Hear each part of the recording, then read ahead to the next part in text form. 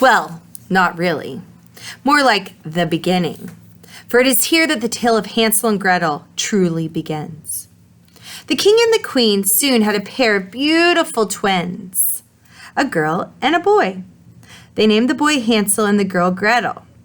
They were the light of their parents' lives. Hansel was dark like his father, with black curly hair and charcoal eyes. Gretel was fair like her mother, with hair that looked like it was spun from pure gold thread and eyes that shone like the sea. They were happy children, full of play and mischief and joy. So happy were they, in fact, that they nearly made their parents forget the faithful servant who had saved their lives and how they had betrayed him. Nearly, but not quite.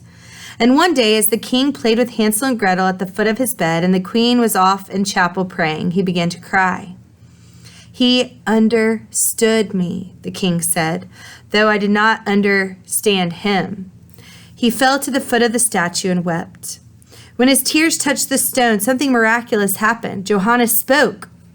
"There is a way, king," the stone Johannes said, "to rescue me from this rock if you truly wish it."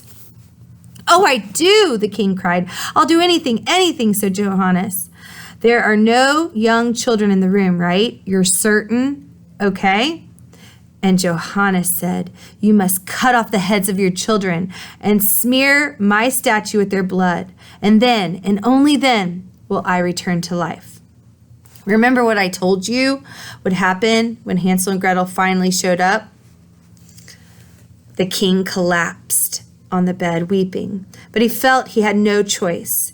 "You understood me always, no matter what," he said, "so I will understand you." He stood, beckoned Hansel and Gretel to his side, drew a sword from his place on the wall, and cut off their heads.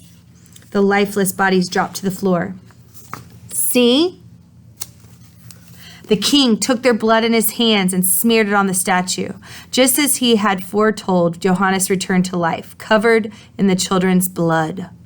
And the king, despite the blood, and through his tears at his own children's death, threw his arms around his faithful servant, Johannes.